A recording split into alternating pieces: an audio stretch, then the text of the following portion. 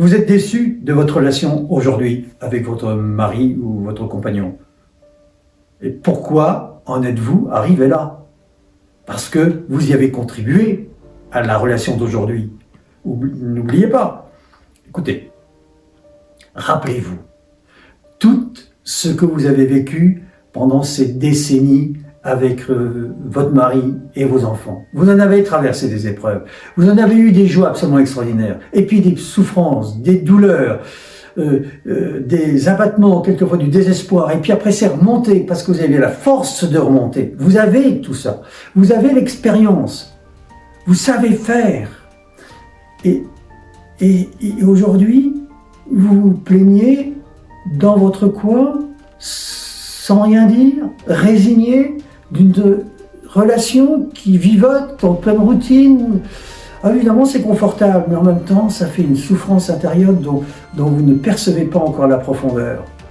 Moi, j'ai touché cette profondeur de la souffrance parce que je n'avais pas vécu ou que nous n'avions pas vécu le rêve d'un couple amoureux, le rêve d'un couple qui explose de joie et qui vit vraiment cette complicité, cette créativité, cette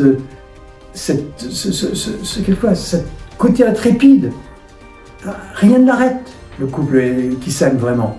Et ça, c'est à portée de main. Vous savez, je dis souvent, parce que j'ai été interrogé le diable, Méphistophélès, dans une de mes écritures, et il me disait, vous savez, enfin il me disait tu sais, hein, les hommes, ce sont un peu des imbéciles. Et je lui dis pourquoi?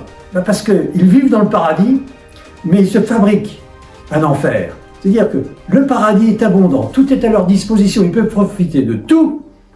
Ils se sont enfermés dans leur ego et ils vivent malheureux dans l'abondance. Mais moi qui suis de l'extérieur, j'en rigole à n'en plus finir.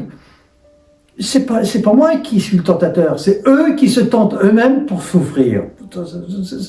C'est imbécile tout ça. Eh bien oui, c'est ça. Eh bien vous, avec votre capacité, avec votre expérience, votre sagesse, vous ne pouvez pas laisser votre relation de couple dans l'état d'aujourd'hui. Cela vous appartient.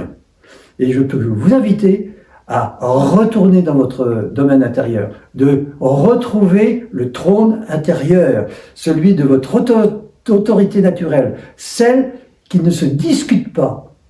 Et là, vous vivrez votre rêve, vos rêves. C'est tout mon souhait.